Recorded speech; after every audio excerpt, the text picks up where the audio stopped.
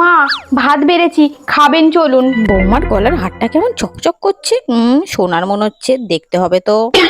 হ্যাঁ গো বৌমা, তোমার গলায় যে ওই চেনটা চকচক করছে, ওটা সোনার চেন নাকি? তোর বাবা, কত আঁচলে ঢেকে রেখেছিলাম, ঠিক দেখতে পেয়ে গেল।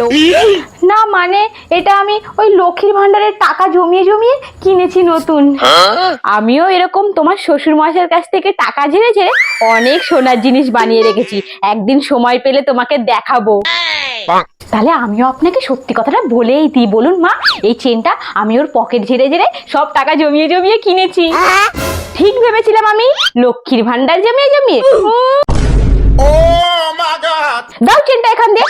আমার ছেলের পকেট ঝেড়ে তুমি সোনার হার বানাবে, আর সেটা তুমি পরবে, আমি দেখবো? এটা এখন থেকে আমার কাছে থাকবে। হায় ভগবান, কেন বলতে গেলাম আমি? কুচুটা শাশুড়ি তো কুচুটাই থাকবে।